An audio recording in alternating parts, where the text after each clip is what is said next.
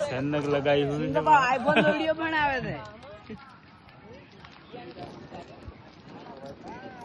अरे बंद बीके બધા ઉડી જશે રાજા આ ફૂટ્યો જોઈ બધું ફૂટવા માંડી હોય ની પણ આ તો દે આયરેના લીધે આખી ગમ કરીને જોઈ ગેસ તો ફૂટ્યો ને